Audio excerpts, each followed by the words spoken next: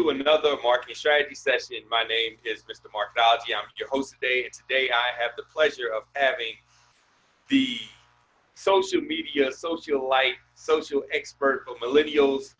I have Taylor Victoria with me today, all the way from the other side of the world.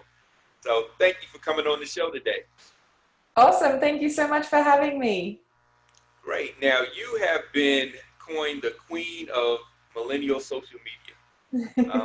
That has been deemed your throne, and as we've seen through many of your social posts, there are a lot of influencers that you are associated with.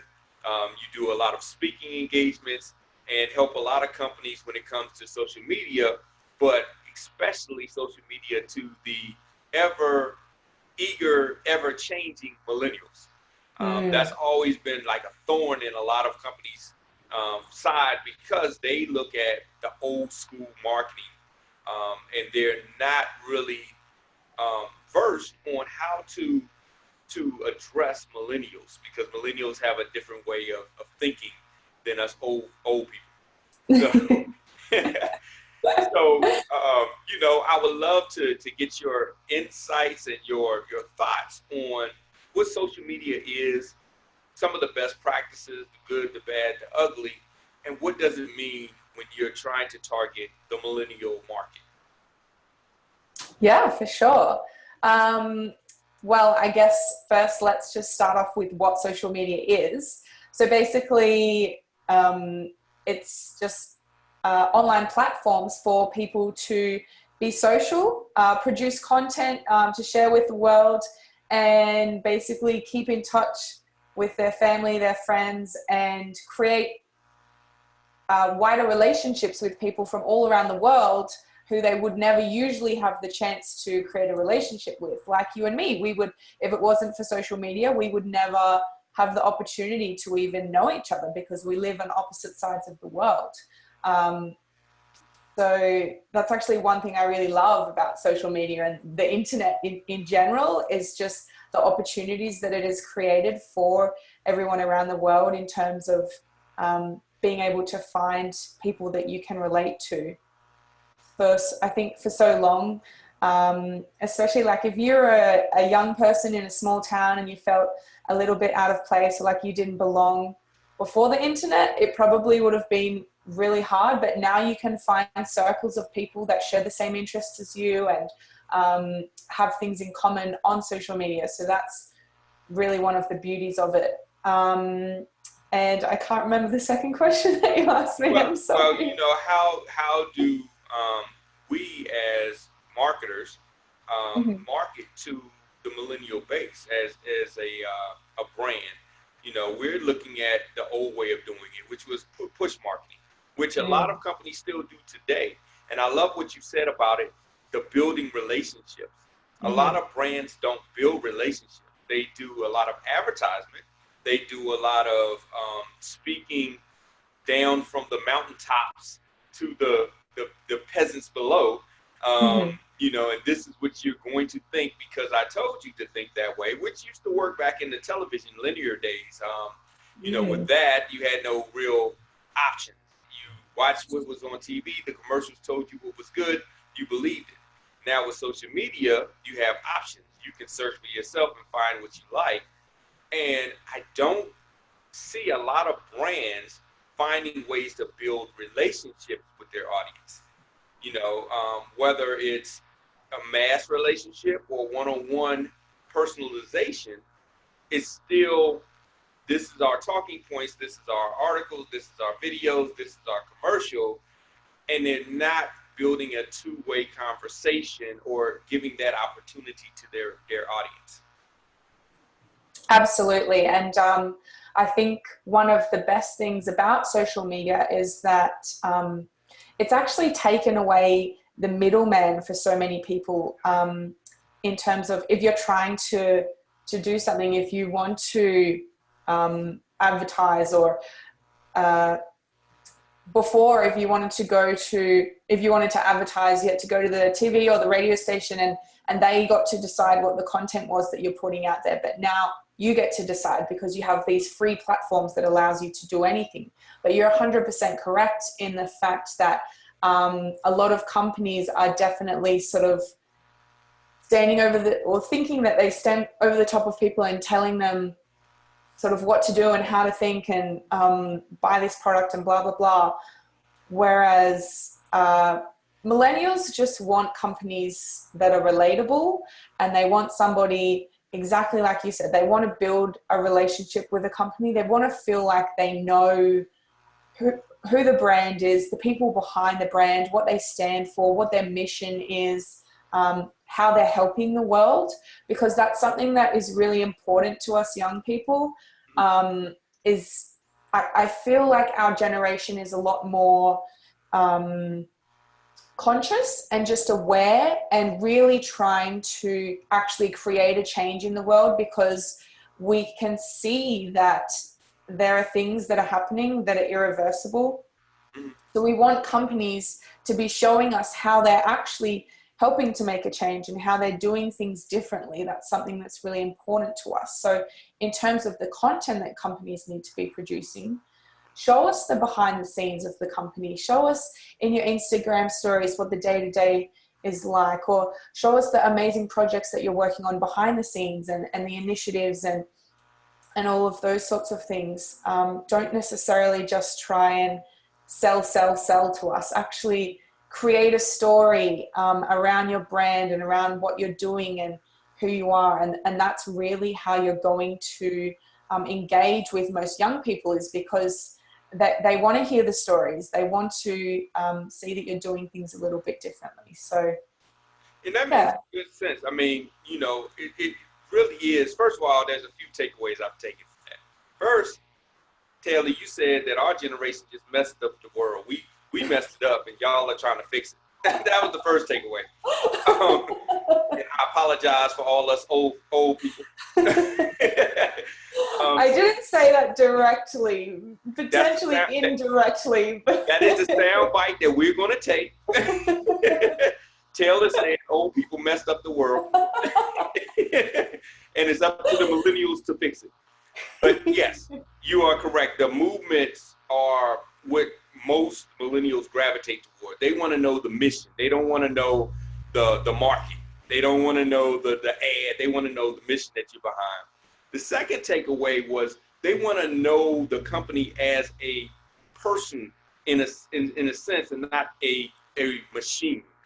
They want to know the behind the scenes, the CEO's thoughts, the day-to-day with the workers, the co-workers, the company parties, things of that nature. They want to know the story behind the company, the story behind the people in the company, and then the word is story. They want stories. They don't want to say we have a discount today, we have the best pricing, we have this, come by before it's gone. They want to hear that today this was the day-to-day, maybe the problem, this is what was solved, and this is, you know, how it was solved in an entertaining type of way. So you see companies like Dollar Shave Club, and you see other companies out there that have these viral videos and they have these viral posts, but if you analyze them before, you know, they get to the product, they have something interesting, some sort of storyline that's exciting and entertaining, and then at the end they're like, this is the product. And a lot of times you don't even really know it's an ad in a sense, because of the way it's produced. So stories are very important. So when you're putting together like a social post, what are some of the best practices that you do to create that type of story-driven post? So essentially, with any content that you're creating online, I guess there's a couple of different styles or types of content that you can create. So there is sort of the more story-based, There is educational, so helping to educate your audience on whatever your industry may be. There's inspirational, so there's obviously lots of different types of content. There's entertaining, lots of different types. So it depends on what type of content you want to be posting that day, and that really comes back to what your product is and what you're trying to promote at the moment. So a good way to think of it, well, a good way to think about it, it wouldn't necessarily work for all businesses. It would work for most service-based businesses, but you can split your year up into your product launch sections. So in January, for example, like, okay, I have a social media marketing company. In January, we might be launching a group coaching program for small business owners and entrepreneurs. So then our content for the whole of January would really be focusing a lot around education, because we would want to be educating our audience on the benefits of being in things such as masterminds and group coaching, how they could potentially, or what they could potentially learn, how they would learn it, how it would affect their business. A lot of inspirational content as well, sort of showing people where they can go, what they could potentially achieve if they were to work with us. And so you can really focus your content based around whatever product or service you're trying to offer in that particular period of time. And that sort of helps to build the themes. You can have themes within your content as well. So one week you might be talking more about, back to my business, for example, one week we might be talking more about Facebook ads, educating our audience on that, providing value and content around Facebook ads. And then the next we might be talking about Instagram content marketing and how to produce amazing content for Instagram. So there's really your one particular post, you should never just create one single post just as a spur of the moment thing. It should always be built into your bigger strategy, and it should always have a purpose, and you should always be, there should always be an end goal for that piece of content. So having very strong call to actions is very important in all of your content that you're producing. So before you write any posts, think about, okay, what am I currently launching or trying to sell? What do I want the person who is reading this post to do? And then how am I best going to get them to do that? So those are just a couple of things that you need to be thinking about when you're actually creating content, because it should never just be, okay, I'm making this one post by itself. It should always be built into a bigger strategy, because the posts have sort of a bigger purpose than just a one-off thing. Yeah, and that's an important point. Actually having a plan, an editorial calendar mapped out for your social media posts and strategy. I think that's very important, because a lot of times we're in the illusion that it's just spur of the moment thoughts that are captured, instead of an actual plan that goes into your overall marketing plan. And a lot of times I've seen companies to where they're just pretty much just posting, you know, as it comes. They'll wake up in the morning and in the meeting, they'll say, we have to have, you know, 3 tweets a day. Okay, well, you know, let's just tweet about something. Let's find an article out there. Let's do this, that, you know, or we have to have a video. So let's just go shoot a video, but it's no rhyme or reason to it. It's just posting to be posting. And that's a challenge that a lot of companies have, because they've heard it's very important to be consistent in posts, but they don't really take the time out to build that campaign. So that's a very good point. For sure. Yeah, you always need to be posting with purpose. That's what we say. So, I mean, it would be like if your company was about to invest in,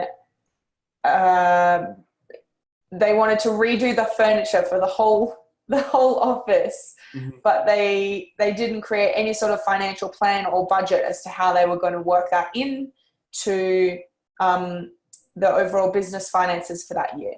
It's almost like the same thing, because if you're killing your social media content, then that can affect the finances of your business greatly. You can seriously increase your business revenue if you've got a good social media marketing content strategy. So why would you not take it as serious as something as your business financial plan for the next 12 months? It really should have the same sort of priority. It makes sense. So let's get into some of the good, bad, and ugly comparisons. So, all right, I'm going to give you some questions and you let me know what your opinion is around that. So I'll go easy for the beginning. Oh, thank you. Quality versus quantity. Which who decides the quality? Who decides what's good quality and what's bad quality is my question back at you, because my opinion of something that's good quality might be different to your opinion of something that's good quality.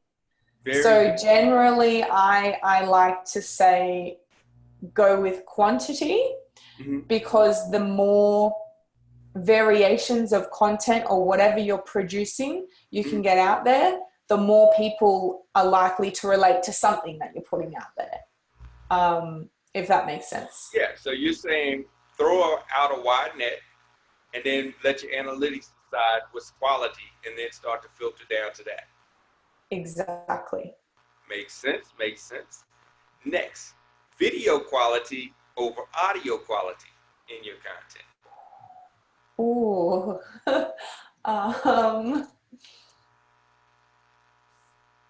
I'm going to say, this is a hard one because they're both so important. I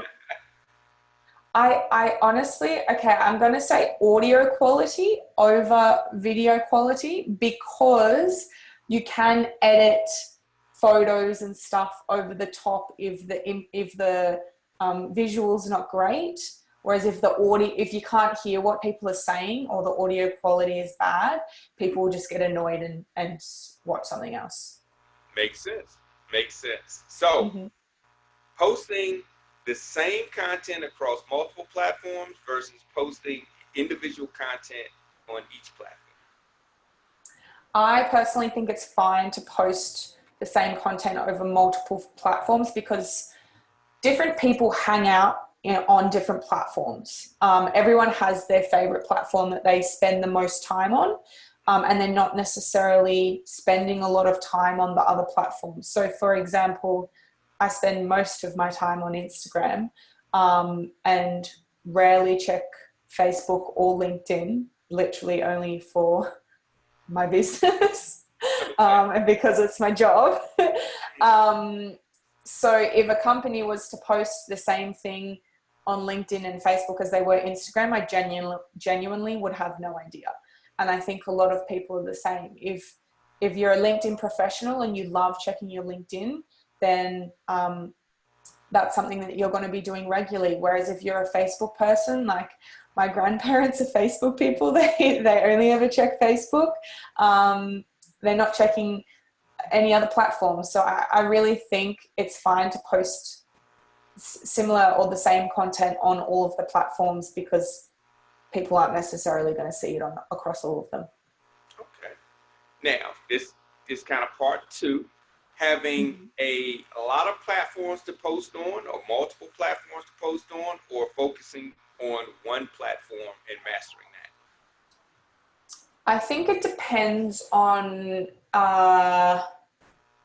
it really, for me, and what I tell people who I help with coaching, do whatever works for you. If you feel that you can master multiple platforms at one time, then go for it, because obviously that's going to get you faster results. But if you feel completely overwhelmed by the fact that you're trying to grow your Instagram, your Facebook, your LinkedIn, and your YouTube channel all at the one time, and that overwhelm then creates complete inaction and you do nothing because you feel so overwhelmed, then that's obviously not helping the situation at all. So if you feel too overwhelmed to master 3 or 4 at one time, just stick to one. But if you can, grow multiple, then go for it, because the more you can share your content on multiple platforms, the better.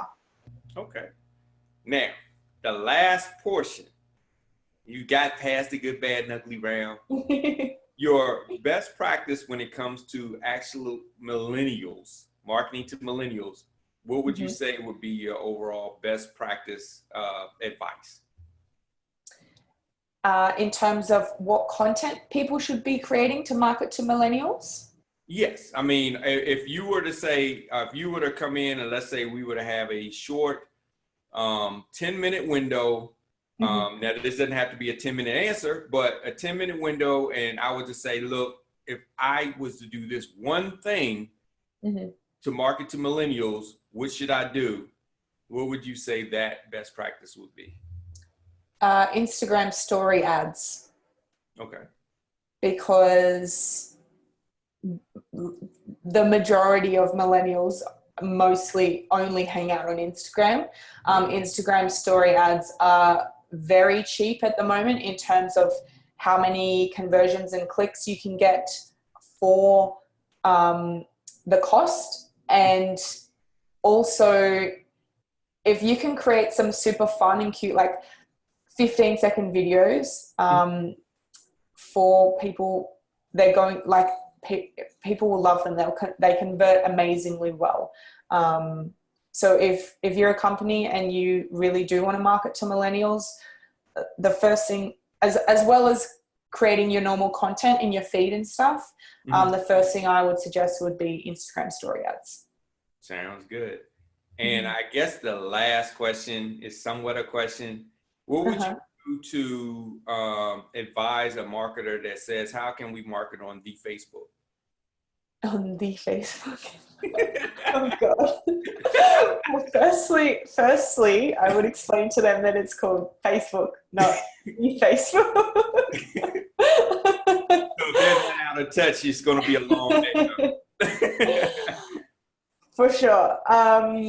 Secondly, what I would say, so Facebook is frustrating in terms of the content that you post organically gets shown to 3% of your audience on Facebook. So if you have 100 followers, it's getting shown to 3 followers. Yeah. So really you need to be doing Facebook advertising if you want your content to be seen on Facebook.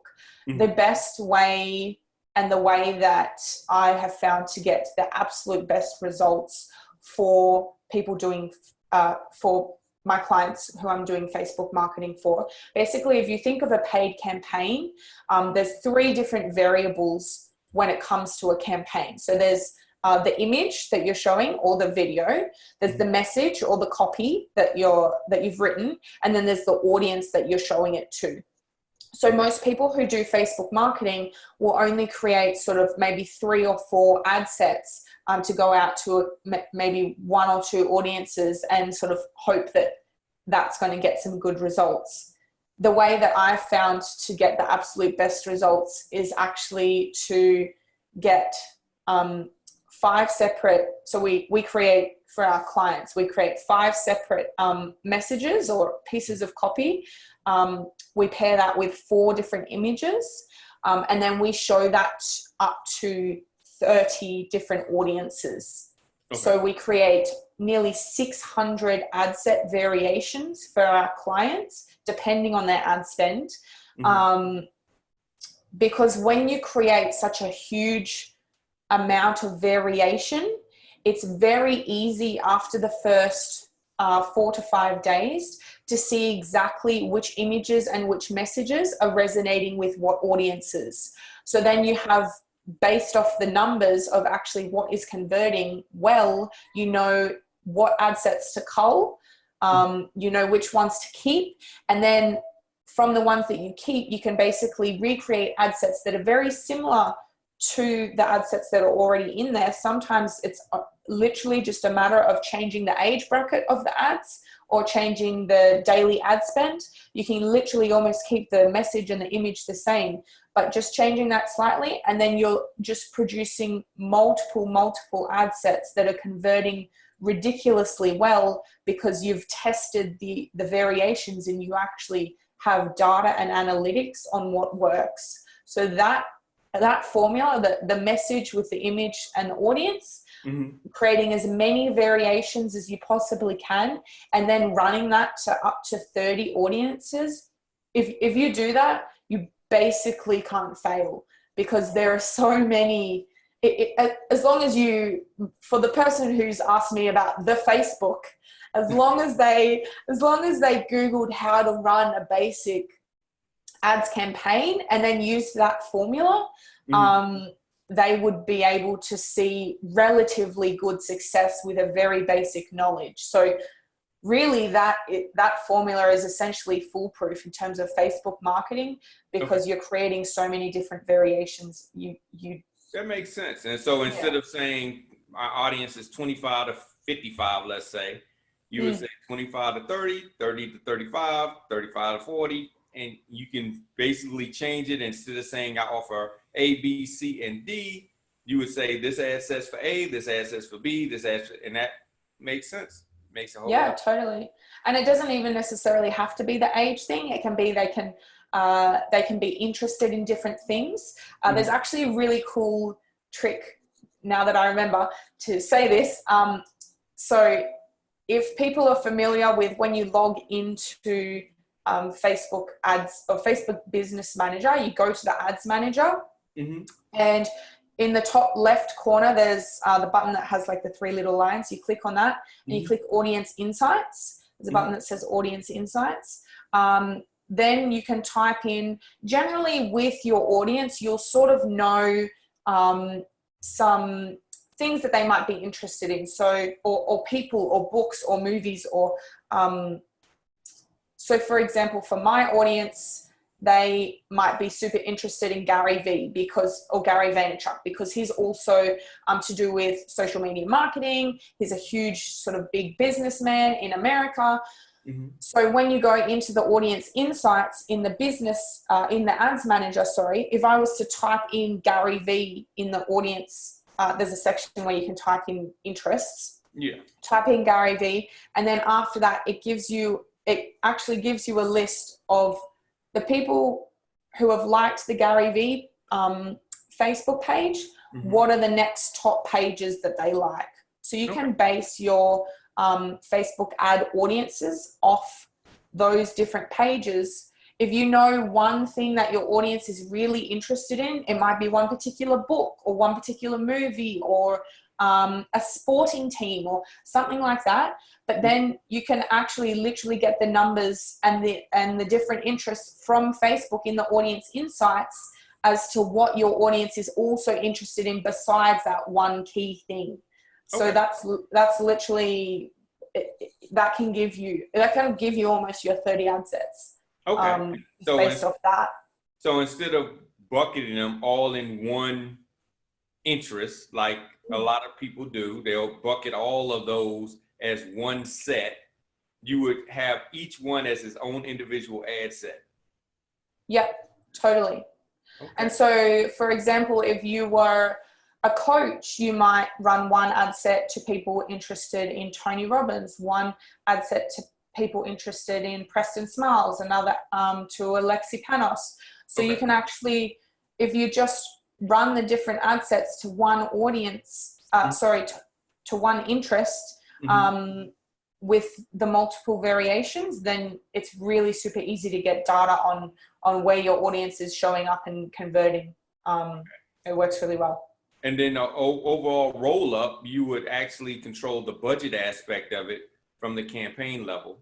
And now they have a great new way of doing it where you can actually spread that budget across and have it pretty much manage the budget across multiple ad sets versus the old way where you had the budget in the ad set and you would have to adjust the budget in each individual ad set and then pull out your calculator and try to figure out how much you're spending.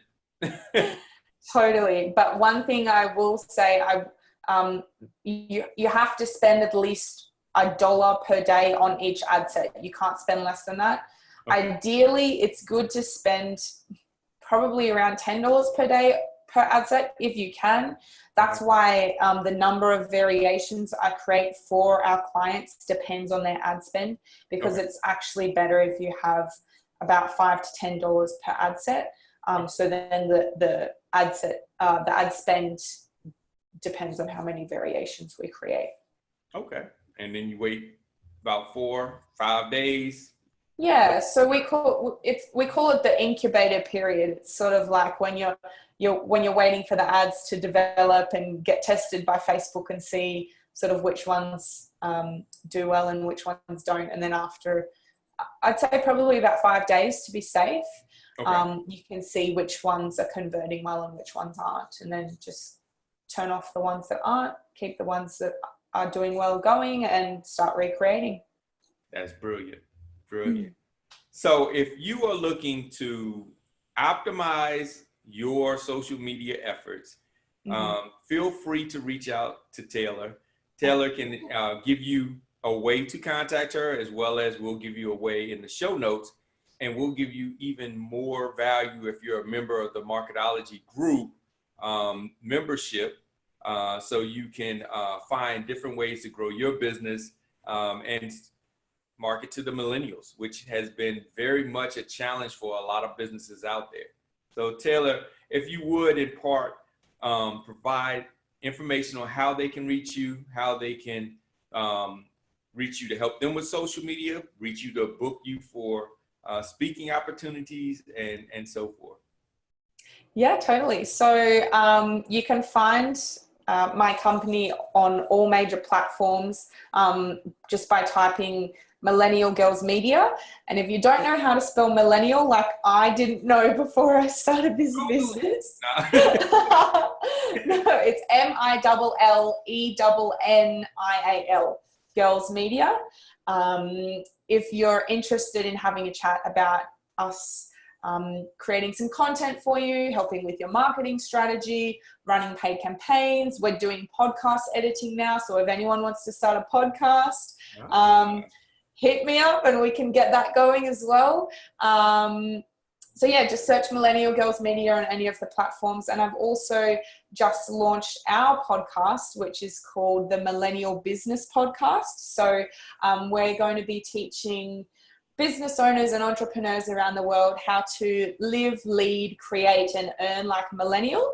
So if you want to listen to my podcast as well, I would love it if everyone could jump over and have a listen.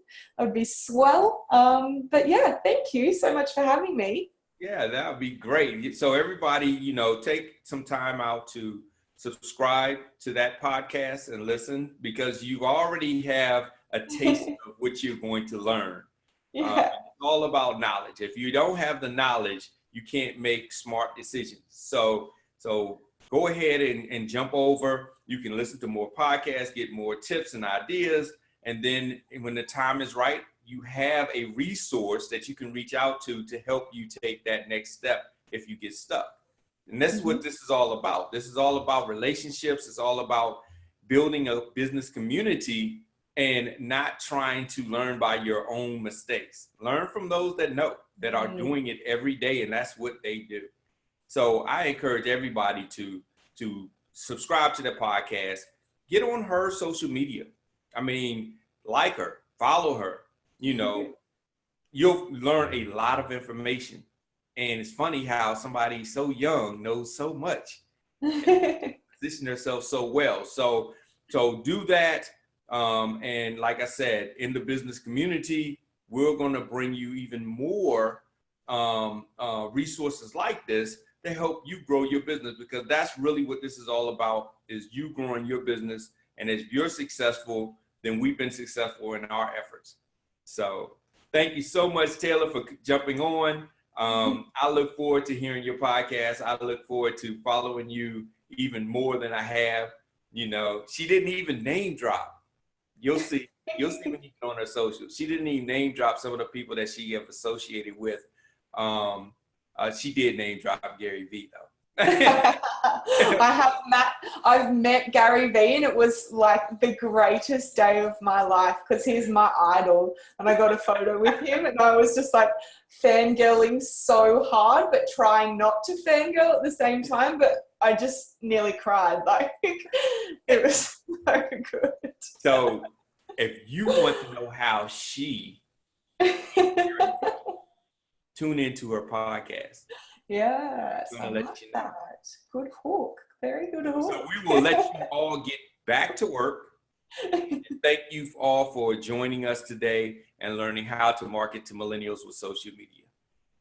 Thank you, guys. Bye.